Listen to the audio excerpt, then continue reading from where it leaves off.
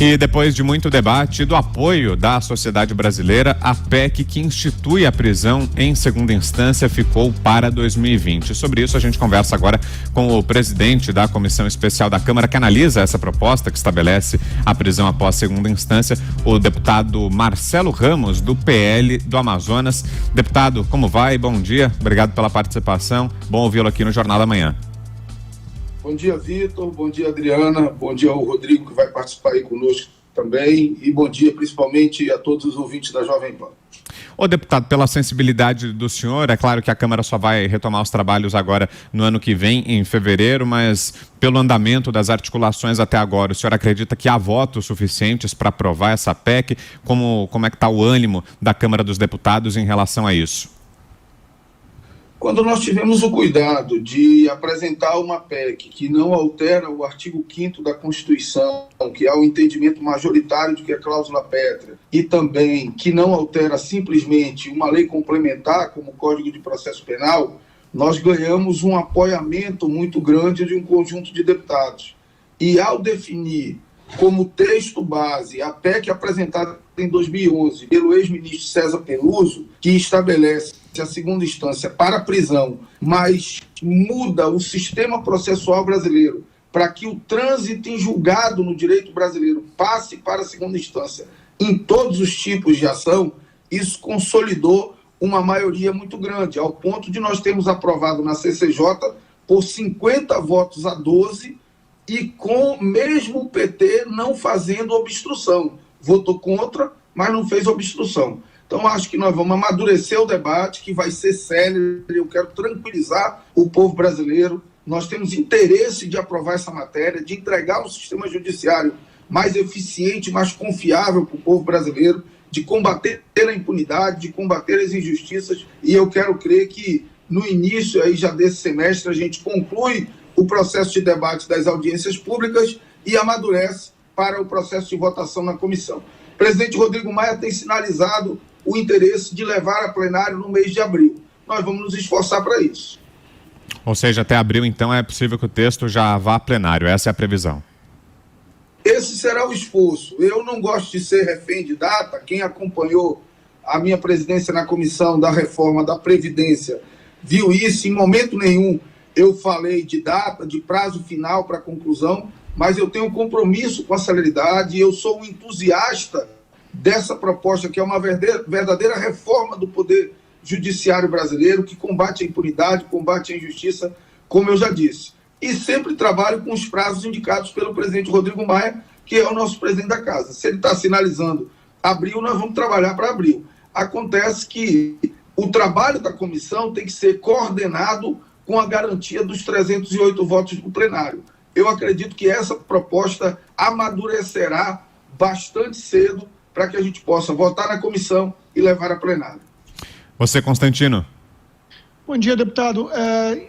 A proposta que tramitava no Senado, que mexia no Código de Processo Penal, parece que foi enterrada de vez. Isso joga todos os holofotes e esperança da população brasileira, da sociedade, para esse projeto que tramita na Câmara.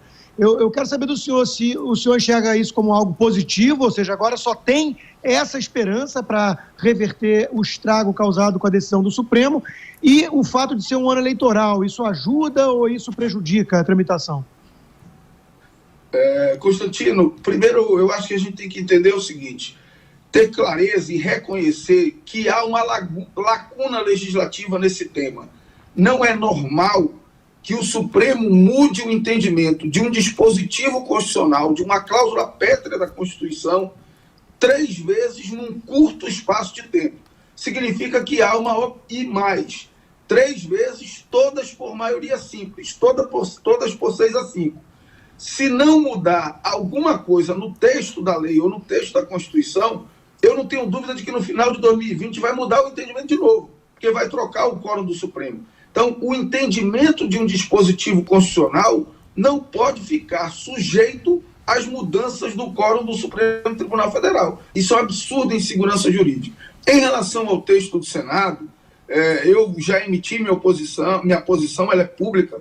O texto do Senado, ele é extremamente frágil, ele é constitucionalmente questionável e tecnicamente insustentável. o texto do Senado diz que condenado em segunda instância vai preso através de uma nova modalidade de medida de prisão provisória. Mas diz no parágrafo que se houver plausibilidade no recurso e se ficar demonstrado que ele é não protelatório, que não ocorre a prisão. Ora, todo recurso admitido, ele é plausível e não protelatório. Portanto, é uma proposta que tende a não prender ninguém, diferente da proposta que tramita na Câmara da PEC, que muda o momento do trânsito em julgado no direito brasileiro e não deixa risco de questionamento constitucional. Em relação à eleição, eu acho que não atrapalha nem ajuda. A Câmara tem compromisso com uma medida tão importante para combater a impunidade no nosso país. Estamos ouvindo, então, o deputado Marcelo Ramos, que é o presidente da comissão especial que vai analisar a PEC prevendo a prisão após condenação em segunda instância. Lembrando que no ano passado o Supremo Tribunal, nesse ano ainda, em 2019, o Supremo barrou a possibilidade da prisão após condenação em segunda instância, decidiu que a prisão só deve acontecer depois do chamado trânsito em julgado, ou seja, quando não há mais a possibilidade de nenhum recurso, e agora a Câmara deve trabalhar no ano que vem para tentar aprovar um projeto prevendo, sim, que a prisão pode ser feita já depois da condenação em segunda instância. Essa seria a única mudança do texto, deputado? A possibilidade da prisão após condenação em segunda instância? Ou pode ser que haja nesse texto alguma outra mudança em relação ao momento da prisão ou à execução de pena? Porque, inclusive, mais cedo a gente falava aqui sobre o pacote anticrime que passou pela Câmara, mas foi a sanção do presidente com jabuti, né? Com aquela questão do juiz de garantias que acabou sendo sancionado, inclusive, pelo presidente Jair Bolsonaro. No caso aí do texto que está sendo analisado na comissão da PEC da prisão após segunda instância, existe mais alguma coisa nesse texto ou não? É só mesmo a prisão após segunda instância? Olha, primeiro eu acho que vale a pena a gente esclarecer o que foi a decisão do Supremo Tribunal Federal. A decisão do Supremo Tribunal Federal, ela não proibiu qualquer possibilidade de prisão de condenado em segunda instância. Eu, inclusive, vi decisões de juízes que mandaram soltar traficantes, mandaram soltar estupradores, numa atitude clara de provocação à decisão do Supremo. A prisão preventiva ainda existe, a gravidade do crime e o risco à sociedade justificam a prisão preventiva, então não está proibida a possibilidade de prisão após a condenação em segunda instância. A condenação em segunda instância pode vir acompanhada de uma prisão preventiva que encarcere aquele condenado. Acho que primeiro é importante esclarecer isso. Em relação à PEC que tramita na Câmara, a PEC que tramita na Câmara, ela não é só de prisão em segunda instância. A PEC que tramita na Câmara, ela transfere o momento do trânsito em julgado no direito brasileiro, que hoje se dá na quinta instância, porque você tem o juiz de primeiro grau, o tribunal de segundo grau, o STJ, o STF, que é a quarta. Se você for para a Justiça do Trabalho, você tem até a quinta. Ela transfere da quinta instância para a segunda instância. O trânsito em julgado no direito brasileiro para tudo. Tudo passa a transitar em julgado na segunda instância. Causas trabalhistas, causas cíveis, causas tributárias, tudo passa a transitar em julgado na segunda instância. Porque, ora, é verdade que incomoda o povo brasileiro a impunidade de um cidadão que comete um crime e não é preso porque a prescrição chega antes da execução da pena. Mas também incomoda muito o povo brasileiro um trabalhador que morre antes de conseguir receber o seu crédito trabalhista.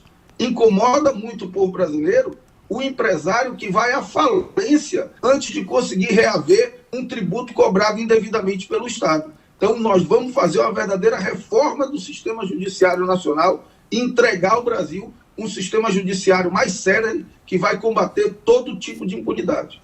Ô deputado, e há um grande apoio da sociedade em relação a essa questão, a possibilidade da prisão já depois da condenação em segunda instância, vários setores da sociedade se mobilizando, inclusive a Jovem Pan apoia a PEC da prisão após a condenação em segunda instância. O grupo Jovem Pan criou um abaixo-assinado e, inclusive, eu convido você que está nos assistindo, você que está nos ouvindo, a participar, se engajar nessa nossa campanha. O abaixo-assinado da Jovem Pan a favor da prisão após condenação em segunda instância fica disponível na internet, no site jp.com.br. jp.com.br/prisão, sem o tio no final. Vou repetir o caminho para você que também se apoia, se interessa por essa ideia, quer apoiar a mobilização em torno da prisão após a condenação em segunda instância. Acesse jp.com.br/prisão, sem o tio no final.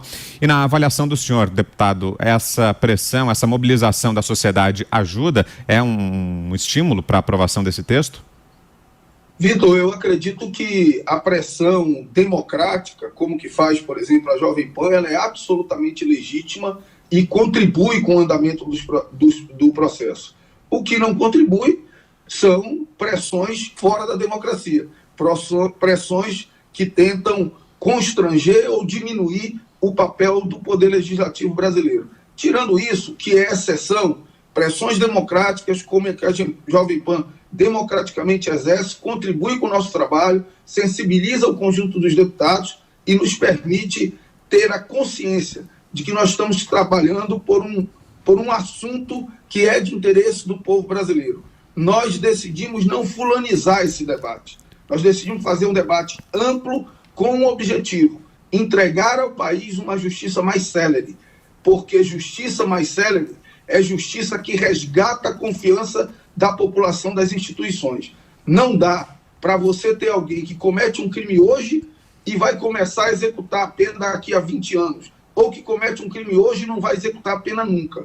Não dá para o Estado cobrar um imposto indevido de um empresário e esse empresário nunca conseguir reaver esse recurso, porque nós criamos um sistema recursal esquizofrênico no direito brasileiro, em que alguns processos não acabam nunca. Nós vamos combater isso e é óbvio que a mobilização da sociedade, do ponto de vista democrático, nos ajuda bastante. Ok, ouvimos o deputado... vou assinar o abaixo-assinado. Ah, legal, bom saber, deputado. Fica então o convite mais uma vez. Vou repetir o endereço para o senhor e para quem nos acompanha, jp.com.br/prisão, sem o tio no final. Agradeço aqui a participação do deputado federal Marcelo Ramos, que é do PL do Amazonas e presidente da Comissão Especial da Câmara que analisa a PEC da prisão após segunda instância. Obrigado mais uma vez, deputado. Desde já, um feliz ano novo, um ótimo 2020, bom trabalho ao senhor e até uma próxima. Muito obrigado, feliz ano novo. Eu acho que a gente termina esse ano com a economia dando bons sinais de que podemos resgatar nossas esperanças para o ano que vem. Eu espero que as crises da política acabem não atrapalhando esse bom ambiente da economia e tenho certeza do compromisso do Parlamento brasileiro com isso e também com a prisão em segunda instância. Que Deus abençoe a todos vocês, ao povo brasileiro, e um feliz 2020.